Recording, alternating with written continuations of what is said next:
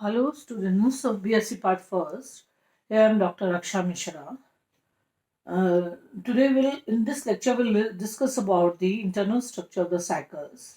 In the previous lecture, we have discussed about the external structure and habit and habitat and classification of the cycles. Here, we'll discuss in the internal structure. We'll discuss about the tiers of the stem, tiers of the root, and tiers of the leaf. Internal parts of the cycles: root, stem, and leaves. अब हम पहले stem का अगर TS काटेंगे तो देखेंगे हम कि स्टेम मैंने डायग्राम बता रखा है, उस पर फोकस कीजिए कि स्टेम की जो एपिडर्मिस होती है, क्योंकि ये बाहर से बहुत स्केली होती है। इसके अंदर हमने ट्रंक में देखा था कि जो है बहुत सारे इसके वो होते हैं, लीव्स गिरने के कारण स्कार्स उत्पन्न हो जाते हैं, जो लीफ बेसिस रह जाते हैं। इन लीफ बेसिस के रहने के कारण जो इसकी आउटर एपिडर्मिस होती है वो बिल्कुल भी सीधी नहीं होती है। उसका अगर हम टीएस काटें स्टेम का तो वो हमें लहरदार दिखाई देगी। और अगर हम टीएस के अंदर हमें जो तीन पार्ट्स नजर आते हैं, पहला तो है बाह्य त्वचा, that is epidermis. Second is वल्कोट, दैट इज कॉर्टेक्स। एंड रंब, दैट इज स्टील रीजन। अब एपिडर्मिस को अगर हम सबसे पहले देखें तो ये लीफ बेसिस के कारण ये सिर्फ एक लेयर होती है, वो भी बिल्कुल अपूर्ण होती है और बहुत कम समय के लिए ये रहती है, टूट जाती है। फिर नेक्स्ट इज कॉर्टेक्स। कॉर्टेक्स जो है एपिडर्मिस के नीचे कॉर्टेक्स जो होता है वो पैनकामेटस टिश्यूज का काफी लेयर्स का बना हुआ होता है। और ये maximum portion of the stem cover करता है। इसमें कैल्शियम ऑक्सलेट के कण पाए जाते हैं, स्टार्च के कण पाए जाते हैं और म्यूसिलेजिनस जो है वेसल्स पाई जाती हैं। वल्कुट की जो कॉर्टेक्स की जो ये श्लेष्मा नलिकाएं का जो संबंध है वो मज्जा रश्मियों द्वारा मज्जा में उपस्थित म्यूसिलेजिनस कैनाल से होता है। वल्कुट में मेखलाकार अनेक कटी हुई पर्ण अनुपत या अनुरेख पाई जाती हैं। मीन्स वल्कुट में जो गर्डल शेप बहुत सारी कटी हुई लीफ ट्रेसेस पाई जाती हैं। और साइकस ये तो इसका एक नॉर्मल रूट स्टेम का स्ट्रक्चर है। नीचे मैंने रैकिस का भी दिया है, आपको दिखाया है डायग्राम। तो अगर हम उसको देखें तो उसमें रैकिस के टीएस के हम पाएंगे कि इसमें 4 पर्ण अनुपथ प्रवेश करते हैं। पर्ण अनुपथ मीन्स लीफ बेसिस। इसके अंदर 4 लीफ बेसिस, क्योंकि रैकिस के ऊपर लीव्स लगती हैं तो इसमें 4 लीफ बेसिस प्रवेश करते हैं। और 2 तो डायरेक्ट होते हैं और 2 इनडायरेक्ट जो है गर्डल गर्डल गर्डल ट्रेसेस होते हैं। मेखलाकार अनुपथ भी कहा जाता है इन्हें। जिस स्थान पर पत्ती लगी होती है उसके ठीक ऑपोजिट क्षेत्र में प्रोटोजाइलम में 2 पर्ण अनुपथ लीफ ट्रेसेस उत्पन्न होते हैं। और जो कॉर्टेक्स है उसकी अर्ध परिधि का चक्कर लगाकर अपने से ऑपोजिट सम्मुख वाली पत्ती के आधार में ये प्रवेश करते हैं। और इस टाइप के अनुपथ को या लीफ ट्रेस को गर्डलिंग लीफ ट्रेसेस कहा जाता है। दूसरी जो 2 लीफ ट्रेसेस होती हैं, जिस स्थल पर पत्ती लगी होती है उसी क्षेत्र के, एक तो ऑपोजिट था, पहले वाला गर्डलिंग तो ऑपोजिट था, अब वो उसी क्षेत्र के संवहनी उत्तक प्रोटोजाइलम से निकलकर सीधे पत्ती के आधार में प्रवेश कर लेते हैं। ये दोनों के अंदर डिफरेंस है। एक तो ऑपोजिट साइड में जाके पूरा घूम करके गर्डलिंग होकर के और फिर प्रवेश करता है, और ये सीधे ही जो है प्रोटोजाइलम से निकलते हैं और सीधे पत्ती के आधार में प्रवेश कर लेते हैं। ये इनडायरेक्ट लीफ ट्रेसेस कहलाते हैं, डायरेक्ट लीफ ट्रेसेस कहलाते हैं। सॉरी, गर्डलिंग लीफ ट्रेसेस व इनडायरेक्ट। स्तंभ के अनुपस्थ काट में अनेक कटे हुए पर्ण अनुपथ वल्कुट में बिखरे हुए दिखाई। जब हम टीएस काटते हैं स्टेम का तो उसके जो कॉर्टेक्स है उसमें बहुत सारे लीफ ट्रेसेस बिखरे हुए दिखाई देते हैं। ये जो लीफ ट्रेसेस हैं ये कॉर्टेक्स को स्ट्रेंथ देते हैं, देने का कार्य करते हैं। इनका फंक्शन है वल्कुट को स्ट्रेंथन करना। नेक्स्ट है एंडोडर्मिस। ये ढोलाकार कोशिकाओं की कैस्पेरियन पट्टिकाओं द्वारा सिर्फ सिंगल लेयर्ड होती है। उसके नेक्स्ट है स्टील। कई बहुत सारे लेयर्स की पैरेन्काइमस टिश्यूज द्वारा जो है पेरिसाइकिल बनती है। और संवहनपूल में एक चक्र में विन्यास, जो संवहनपूल है वो एक ही चक्र में रहते हैं। ये कॉन्जॉइन कोलेट्रल होते हैं, एंडार्क होते हैं और एक्टोफ्लोइक साइफोनोस्टील होते हैं, ओपन होते हैं। इनके मेटाजाइलम में जालिकावत व प्रोटोजाइलम में सर्पिलकार स्थूलन पाया जाता है। जाइलम में वाहिकाओं तथा, वो तो मैं पहले भी जिक्र कर चुकी हूँ कि जाइलम के अंदर वेसल्स और फ्लोएम में कंपेनियन सेल्स का अभाव होता है। जो प्राइमरी कैम्बियम वो बहुत स्मॉल पीरियड की होती है, अजीवी होती है, जो जाइलम और फ्लोएम के मध्य एक पतली पट्टिका के रूप में स्थिर रहती है। ये बहुत कम मात्रा में वह विरल द्वितीयक जाइलम बनाता है। अतः साइकस का जाइलम जो है मोनोसाइक्लिक कहलाता है। इसके विपरीत पाइनस में ठोस सघन जाइलम बनता है जो पिक्नोजाइलिक कहलाता है। आरंभ में स्टार्टिंग के अंदर तो स्टेम में केवल एक ही संवहनपूल का चक्र होता है। इस स्थिति को मोनोजाइलिक कहते हैं। और साइकस में द्वितीय वृद्धि के पश्चात संवहनपूल के एक से अधिक चक्र बन जाते हैं, जिसे पोलोजाइलिक कंडीशन भी कहते हैं, और ये होती भी है। नेक्स्ट इज पिथ, जो हमको दिखाई भी दे रही है। पिथ ये पैरेन्काइमस टिश्यूज की बनी हुई होती है। इसमें स्टार्च पाया जाता है और बहुत सारी म्यूसिनस कैनाल्स पाई जाती हैं और मेडुलर रेस भी होती है। ये 1 से 20 कोशिकाओं तक चौड़ी होती है और इसमें भी ये सारी मेडुलर रेस जो है पैरेन्काइमस टिश्यूज की ही बनी हुई होती है, सेल्स की ही बनी होती है। इनमें भी स्टार्च बहुत ज्यादा पाया जाता है। अब अगर हम सेकेंडरी ग्रोथ के बारे में देखें तो साइकस के तने में द्वितीय वृद्धि जो है द्विबीजपत्री जो है तने के समान किंतु कम मात्रा में पाई जाती है। इंट्राफेसिकुलर कैम्बियम और इंटरफेसिकुलर कैम्बियम मिलकर एक पूरा चक्र बना लेते हैं। ये कैम्बियम वलय जो है, कैम्बियम रिंग जो है, कुछ सालों तक सक्रिय रहकर अंदर की और द्वितीयक जाइलम और बाहर की ओर द्वितीयक फ्लोएम बनाते हैं। इस कैम्बियम के निष्क्रिय होने पे पेरिसाइकिल और कॉर्टेक्स की कोशिकाएं मैस्मेटिक होकर एक और सेकेंडरी कैम्बियम का चक्र बना लेती हैं। जब मतलब प्राइमरी जब डिस्ट्रॉय हो जाती है या निष्क्रिय हो जाती है तो उसका पेरिसाइकिल और कॉर्टेक्स की कोशिकाएं जो है वो एक सेकेंडरी कैम्बियम बना लेते हैं।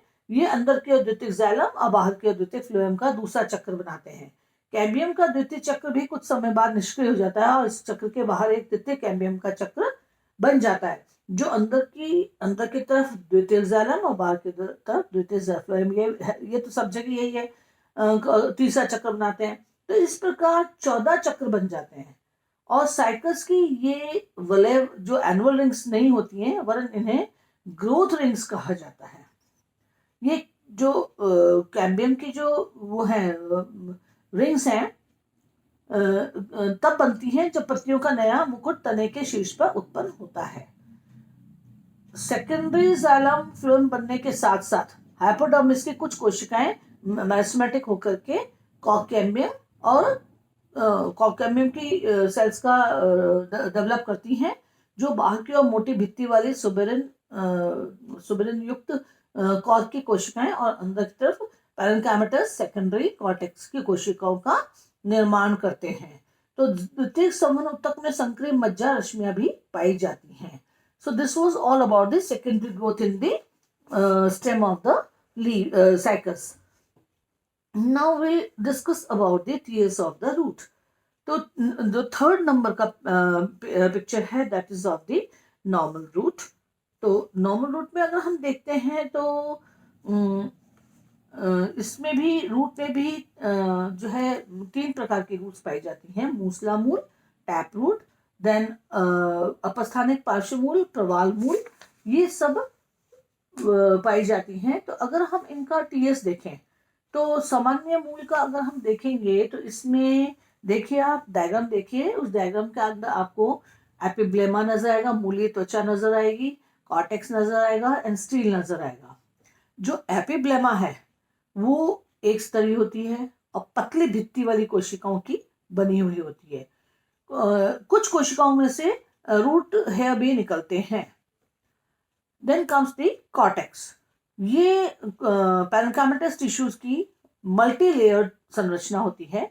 इसमें स्टार्च और टैनिन की सेल्स भी पाई जाती हैं और म्यूसिलेजिनस कैनाल्स भी पाई जाती हैं।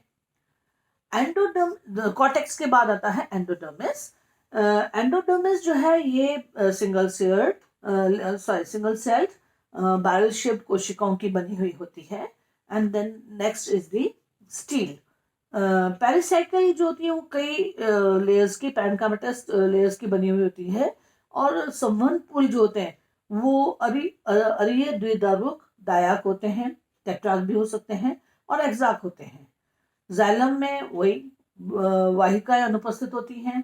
प्रोटोजाइलम में सर्पिलकार व मेटाजाइलम में परिवेशित गर्त तथा सोपानवत स्थूलन पाया जाता है। फ्लोएम के अंदर कंपेनियन सेल एब्सेंट होती है।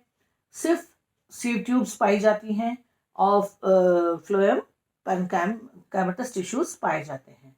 और इसकी जो पित्त होती है वो सामान्य मूल में मज्जा अनुपस्थित होती है और या होती भी है तो बहुत छोटी सी होती है, अल्प विकसित होती है। सेकेंडरी ग्रोथ का अगर हम जिक्र करें तो इसमें द्वितीयक वृद्धि जो होती है वो द्विबीजपत्री जड़ के समान ही होती है।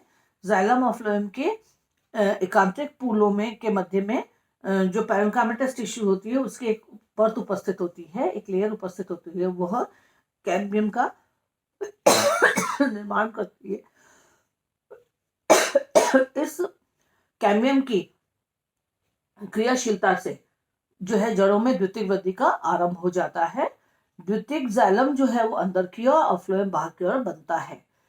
द्वितीयक पूल संयुक्त संपार्श्विक होते हैं। परिपक्व मूल में दो कॉर्क कैम्बियम की परतें पाई जाती हैं। पहली बाह्य त्वचा के नीचे बनती है और दूसरी परिरंभ से निर्मित होती है।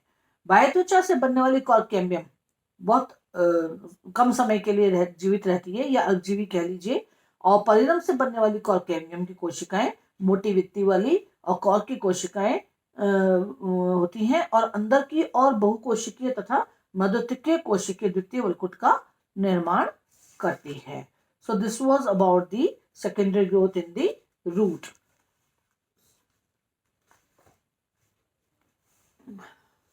मेडुलरेस जो है वो मध्यस्थीय कोशिकाओं की बनी हुई होती है इसमें भी।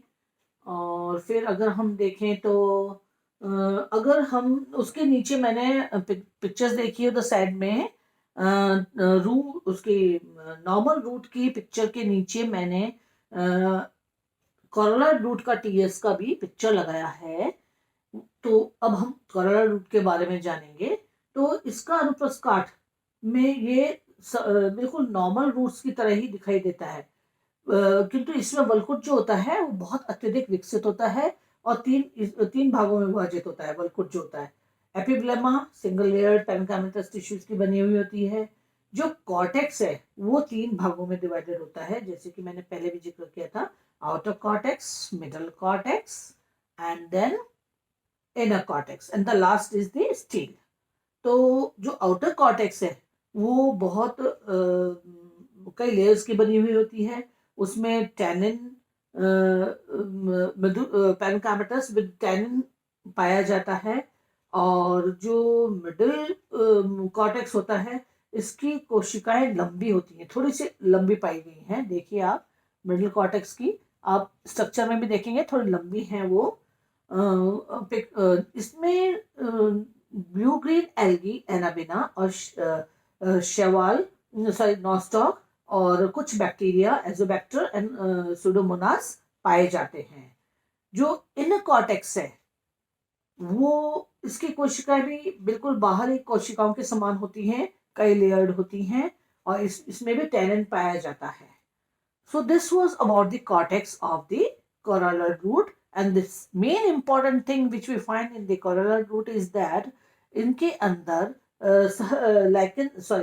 एल्गी और कुछ बैक्टीरिया की सहभागिता पाई गई है। ये बहुत इंपॉर्टेंट है, और क्योंकि इसके अंदर नील शैवाल है तो ये नाइट्रोजन फिक्सेशन में भी बहुत हेल्प करते हैं। इसकी जो रूट्स होती है, जो कलर रूट होती है, ये हमने देखा था कि ये नेगेटिव टू ग्रेविटी होती है, बाहर आ जाती है, ये नीचे ना जा करके बाहर की तरफ वापस निकल जाती है, और इनके ऊपर छोटे छोटे पोर्स भी पाए जाते हैं जिससे एक्सचेंज ऑफ गैसेस होती है, और ये एटमॉस्फेरिक नाइट्रोजन को एब्जॉर्ब करके नाइट्रोजन फिक्सेशन का काम भी करती हैं। Now comes the steel. ये कई लेयर की बनी हुई होती है, अगेन पैरेन्काइमेटस टिश्यूज की ही बनी होती है। जो वेस्कुलर सिलेंडर होते हैं वो रेडियल होते हैं, और ट्रायाक होते हैं, और एक्साक होते हैं। So now comes the pet.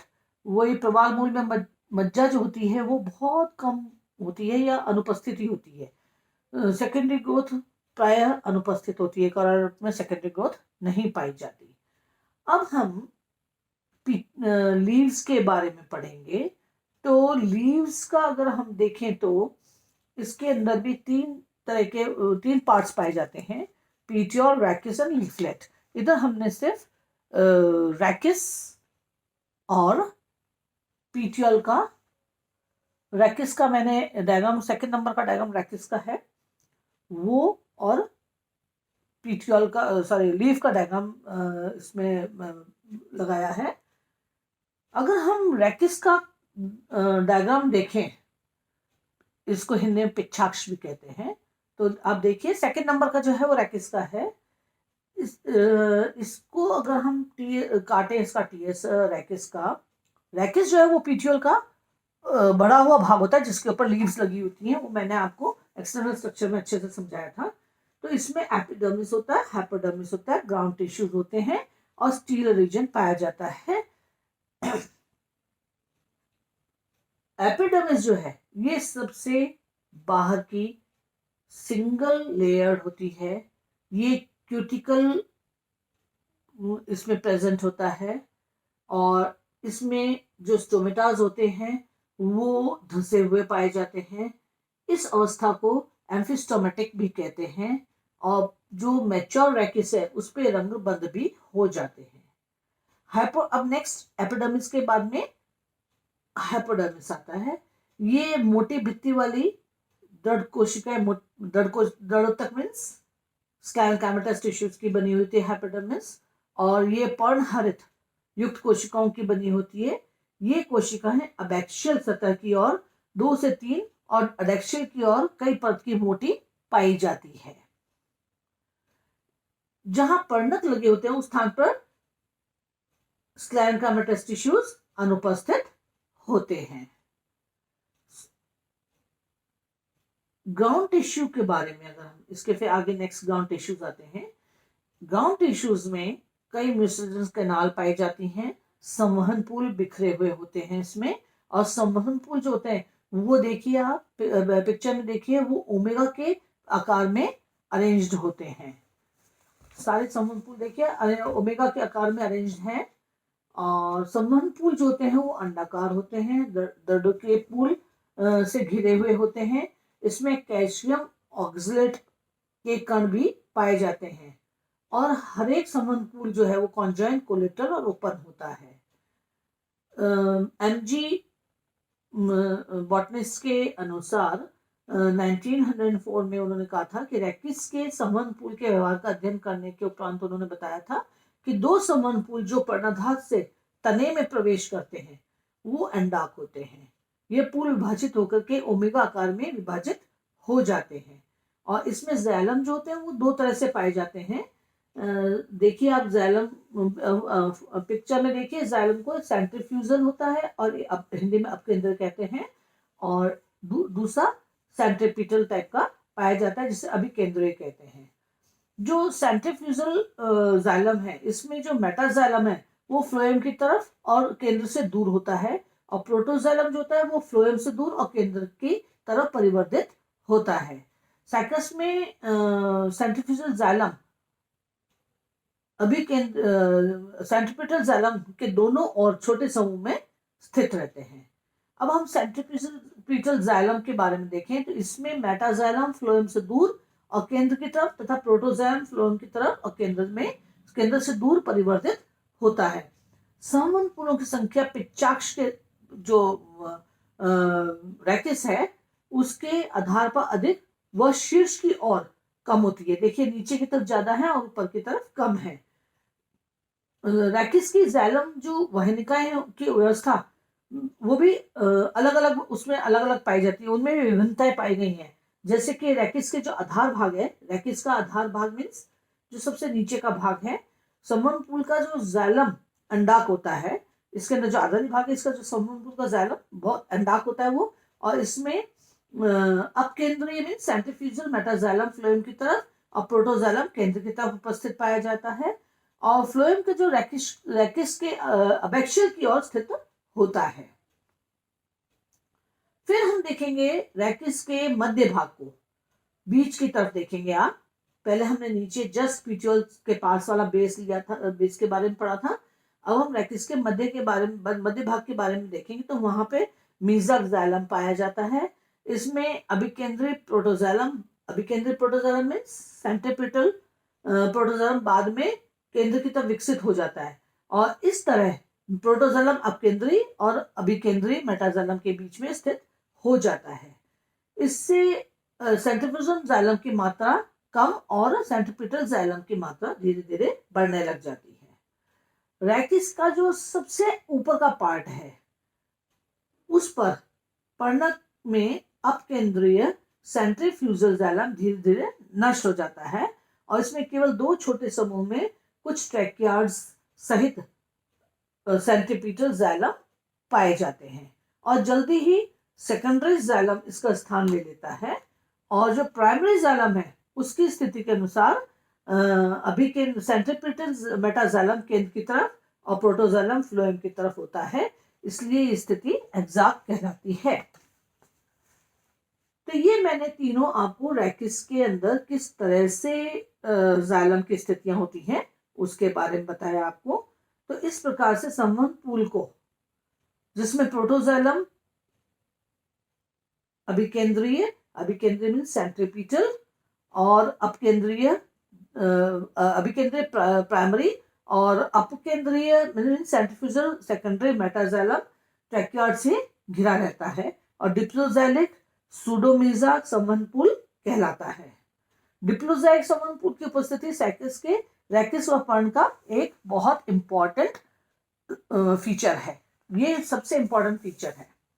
अब हम इसके लीव्स के अंदर हमने रैकिस पढ़ लिया। रैकिस वो पोर्शन था जो पीटियोल से भरा हुआ भाग था, और इस रैकिस के ऊपर ही लीव्स लगी होती हैं। जब हम लीव्स की लीफलेट्स कहा जाता है, जब हम इन लीफलेट्स की टीएस काटते हैं तो हमें, देखिए मैंने पिक्चर लगाया है टीएस की लीफलेट का, तो हम देखेंगे कि ये डॉर्सिवेंट्रल होती हैं, और इनके अंदर भी एपिडर्मिस,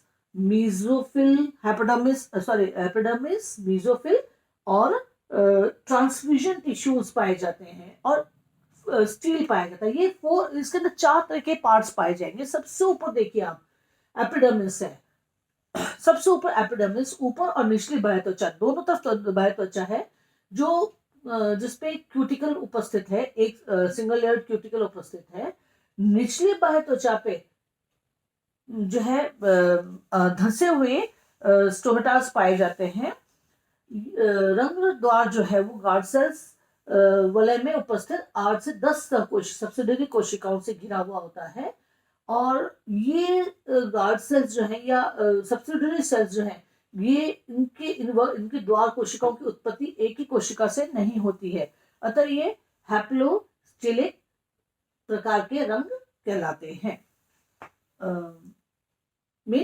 कुल मिलाकर के एपिडर्मिस के अंदर संकर स्टोमेटास पाए जाते हैं, जो गार्ड सेल्स जो होते हैं वो सब्सिडरी सेल से घिरे रहते हैं। अब नेक्स्ट हम देखेंगे हाइपोडर्मिस।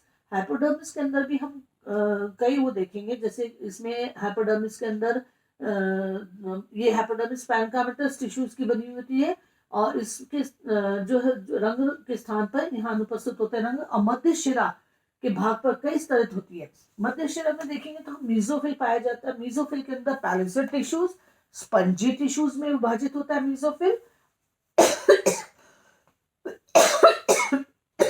और जो सबसे इंपॉर्टेंट चीज जो हमने देखी वो इसके अंदर ट्रांसमिशन टिश्यूज पाए जाते हैं। तो पैलिसेड पैरेन्काइमा, पैलिसेड टिश्यूज अगर हम देखें तो पर्णक जो है उसके मध्य शिरा और पक्ष दोनों में अधश त्वचा के नीचे एंड उसके सॉरी हाइपोडर्मिस के नीचे पैलिसेड उत्तक पाए जाते हैं। आप देखिए पैलिसेड थोड़े से लंबे भी होते हैं, ये लंबे होते हैं और इनके अंदर क्लोरोफिल पाया जाता है जिसके कारण ये फोटोसिंथेसिस में हेल्प करते हैं और ये बहुत अधिक मात्रा में क्लोरोफिल पाया जाता है। इसकी जो स्ट्रक्चर है वो स्तंभाकार कोशिकाओं की है और अंतःकोशिकीय स्थान अनुपस्थित हैं। ये बहुत सटे हुए कॉम्पैक्ट होते हैं। फिर उसके नीचे हम देखेंगे स्पंजी पैरेन्काइमेटस टिश्यूज पाए जाते हैं। ये भीतरी बाह्य त्वचा के ऊपर पाया जाता है और इन कोशिकाओं में बड़े बड़े इंटरसेलुलर स्पेसेस पाए जाते हैं। इनमें भी हरित लवक पाया जाता है और ये जो है इस क्योंकि इनके अंदर बीच बीच में इंटरसेलुलर स्पेसेस है इसलिए ये एरेशन में भी काम करते हैं और फोटोसिंथ क्योंकि इनमें क्लोरोफिल प्रेजेंट है इसलिए ये फोटोसिंथेसिस का भी कार्य करने में सक्षम है। तो this was all about the mesophyll.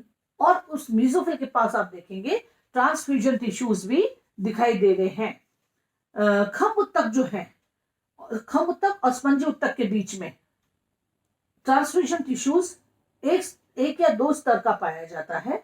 इनकी जो मोटाई होती है वो 3 से 4 कोशिकाओं की होती है।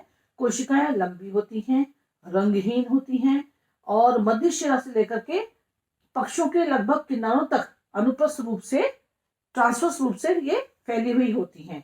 ये सामान्यतः है जो वहनिकाओं के समान होता है और इन पर जो है इन पार्श्व शिराओं का ये पार्श्व शिराओं का कार्य करता है। संचरण उत्तक के बारे में कई ट्रांसफ्यूजन टिश्यूज के बारे में कई मत दिए गए हैं जिसमें वॉर्सडेल ने कहा कि ये उत्तक सेकेंडरी जाइलम की 2 भुजाएं हैं। कार्टर ने ये कहा कि ये पर्ण मध्यतक का रूपांतरण है और टेकेडा ने ये कहा कि ये पर्ण मध्यतक या परिगम का रूपांतरण है। ये संवहन पुल के चारों ओर की मध्यतक कोशिकाओं का रूपांतरण है, ये वॉन एब्मा ने कहा। तो this was all about the hypodermis. Hypodermis में हमने कितने टिश्यूज देखे थे?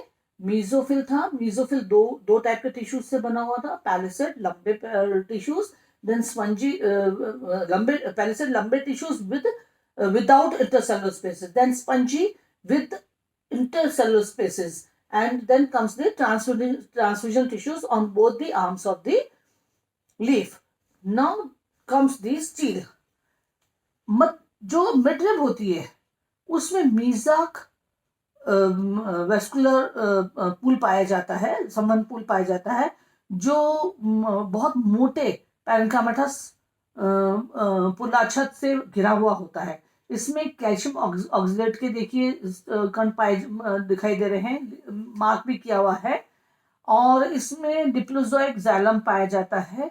ये संयुक्त संपार्श्विक होता है और इसमें कैम्बियम भी पाया जाता है।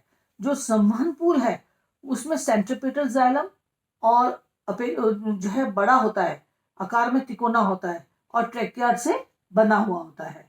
इस जाइलम के दोनों और प्रोटोजाइलम के समीप कुछ सेंट्रीफ्यूजल जाइलम भी पाए जाते हैं। जाइलम के दोनों समूह जो है वो मधुतक कोशिकाओं से घिरे हुए होते हैं और फ्लोएम निचले भाग पर स्थित होता है। सबसे नीचे देखिए गोलाई में सबसे नीचे फ्लोएम प्रेजेंट है, वो भी मार्क्ड हुआ है। So all this was about the leaflet of the cycas. It was very interesting. कितना डिफरेंट टाइप के टिश्यूज हमने इसमें पढ़े। इसका स्टीरियो रीजन भी बहुत इंटरेस्टिंग था। और अगर हम देखें तो थोड़े बहुत इस लीफलेट का हम ज़ेरोफिटिक कैरेक्टर्स भी डिस्कस कर सकते हैं, क्योंकि लीफलेट के अंदर जो बाह्य त्वचा होती है वो बहुत, उसके ऊपर बहुत मोटी क्यूटिकल पाई जाती है। ये एक ज़ेरोफिटिक कैरेक्टर को शो करती है।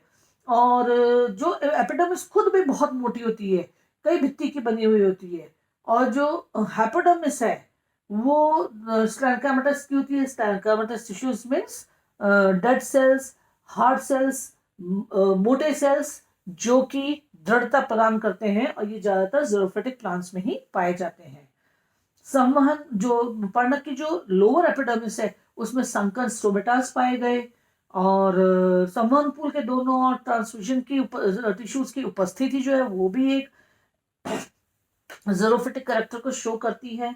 और संवहन पूल जो है वो मोटी कोशिकाओं युक्त पुलाच्छेद से बंडल शीट से घिरा रहता है। ये हमने डिस्कस भी किया था। सो this was all about the internal structure of the stem, root and leaves of the cycas.